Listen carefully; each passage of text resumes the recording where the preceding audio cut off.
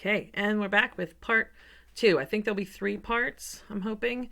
And I like to do them in little short, like in 15 minutes or less breaks, so they don't have to just sit there and listen to me drone on for 45 minutes. All right, so containment is the plan, which is, we want to contain communism where it is. Our plan is not to attack and overtake communist countries, but it's to keep communist countries within their own borders, because they had something called the domino theory, and that's the idea that if one country turns communist, then all the border countries are going to turn communist. And you can see this with China after the Soviet Union, and then you have North Korea, and you have Vietnam. So the goal is to contain it, to keep it from spreading, right? So isolate it, kind of like we're doing with the virus. Okay, so FDR is a much better negotiator.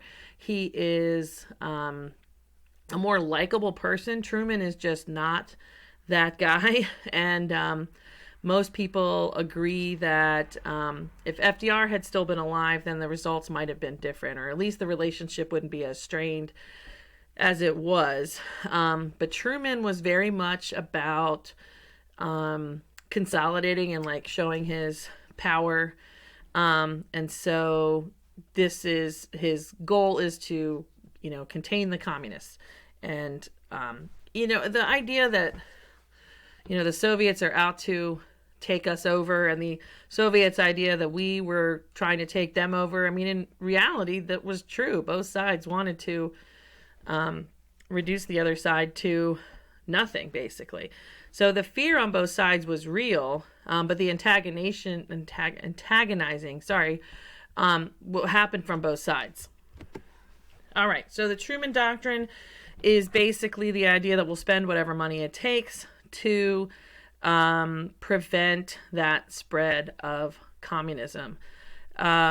So that's just it, is that, the United States has decided that its job is to make the world safe for democracy, and it wants to ensure democracy everywhere. And that's going to become more important in local issues, and we'll talk about that in a little bit.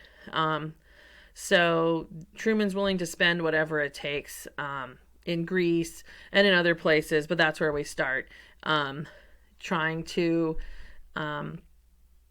dissuade communist takeover. Okay, so the Marshall Plan, we were talking about that in the last video a little bit. And this ensured, capitalist open free markets between the United States and Western Europe, which is now, the free Europe, versus Eastern Europe, which is under communist control, behind that Iron Curtain. It's not a real thing. It's an ideological curtain, right? That's not the Berlin Wall. The Berlin Wall is only in the city of Berlin, built in 1967, I think. Okay. So it's not all across Eastern Europe. All right. So Stalin feels like they're trying to become anti-Soviet in their capitalist pursuits. And maybe they are, but I think it's more about making money. I don't know, call me crazy. Not for Truman, not for the military, but for the people, working on the economy. All right, so Berlin, the capital city of Germany, was inside of East Germany, right? So the Berlin is the financial capital of Germany as well. So when the Soviets have that city, what do we do with it, right? So what they decided to do was split it in half. So half of Berlin, East Berlin, is with East Germany, and then West Berlin is with West Germany, right? But then you have a problem because it's surrounded by East Germany all the way around. And so Stalin sees an opportunity, and he blockades Western Berlin, right? So they don't have food, they don't have medical supplies, they don't have coal for heating. So he's hoping that they'll fall to East Berlin and East Germany and come under their control, to have complete control of that financial sector. So what we did was a pretty amazing feat, and we began what was called, this is called the Berlin Blockade. So we do Operation Vittles, which is supplying food, medical supplies, coal, everything for the people in West Berlin. And we airlifted in over a year's time. We are sending supplies, right? And so this is why, this was such a huge undertaking, and just phenomenal effort between the United States and Great Britain. And so when we have things like, last year, maybe it was even 2 years ago now, when Hurricane Maria completely obliterated Puerto Rico and they had no power, no food, nowhere to put the bodies, everyone's like, what about, the Berlin blockade? You could send supplies there for a year. Why can't we send helicopters with supplies? And they just said, well, we can't do that. So there's, definitely some questions there. So NATO, North Atlantic Treaty Organization, is basically a nuclear alliance, right? So we have nukes. I think Britain had nukes at that point.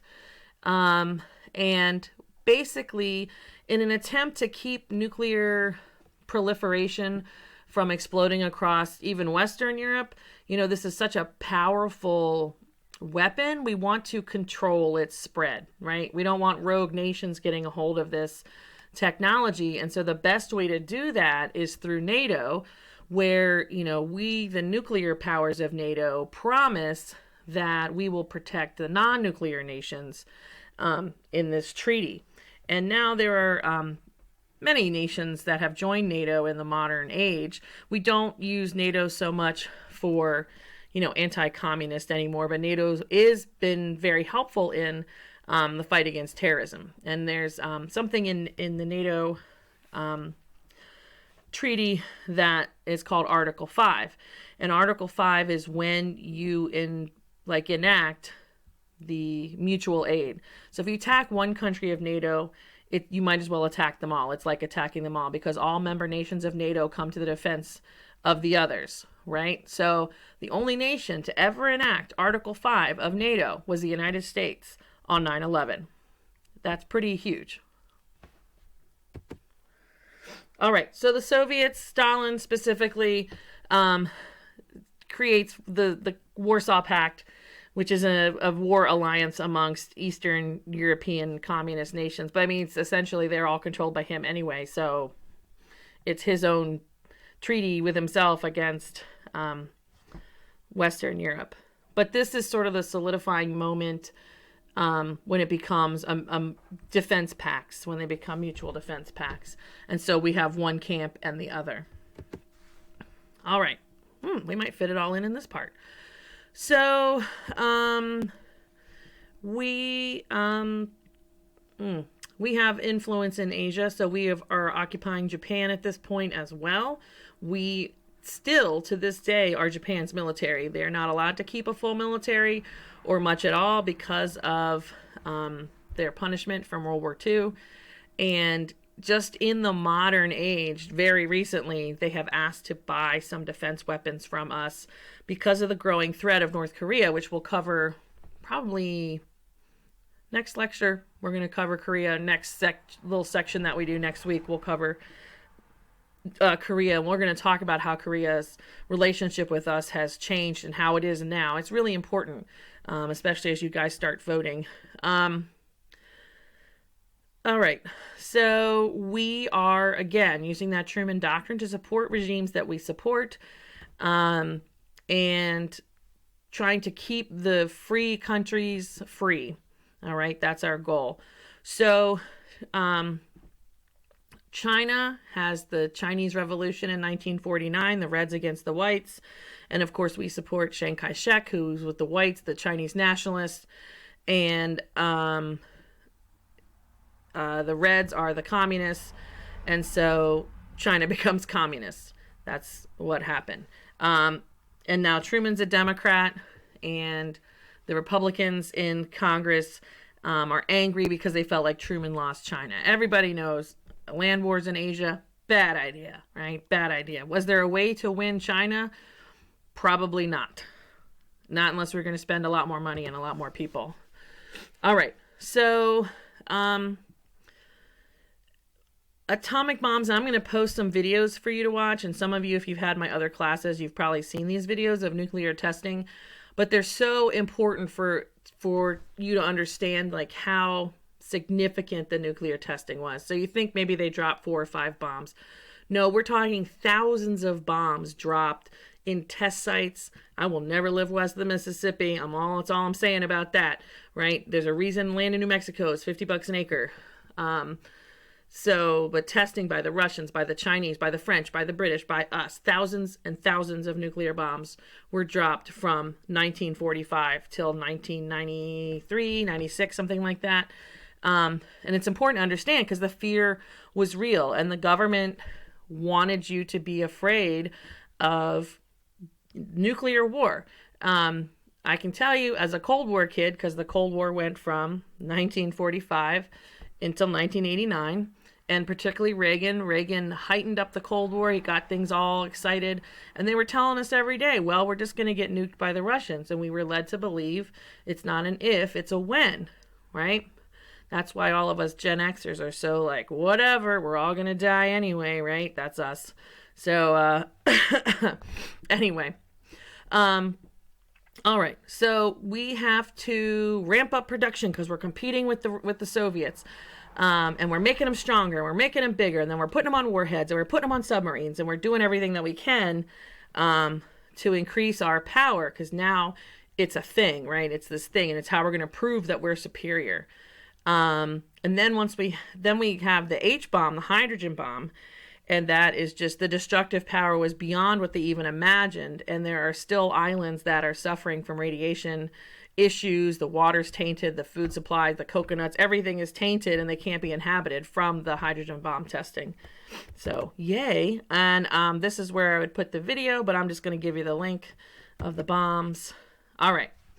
So Truman is trying to portray himself as like this strong military president and but kind of also appeal to Roosevelt's, and he's not that guy. He's just not that guy. All right. As we've seen every time after the war, there's conflict, there's chaos, there's labor strikes. That's just what's happening, right? Do we have labor strikes right now? There are some labor strikes right now. When the country's in turmoil, when people don't know what's happening, when they aren't getting paid, when they don't have access to food, people demand change, and they demand it in the streets. If we weren't under a pandemic, if we weren't worried about illness or disease spreading, there would be more people in the streets. But there are all kinds of strikes going on right now because people can't feed their families. And that's the number one rule. You've got to let people feed your families if you want your government to stand. Simple, right? When I'm in charge, all this will be solved.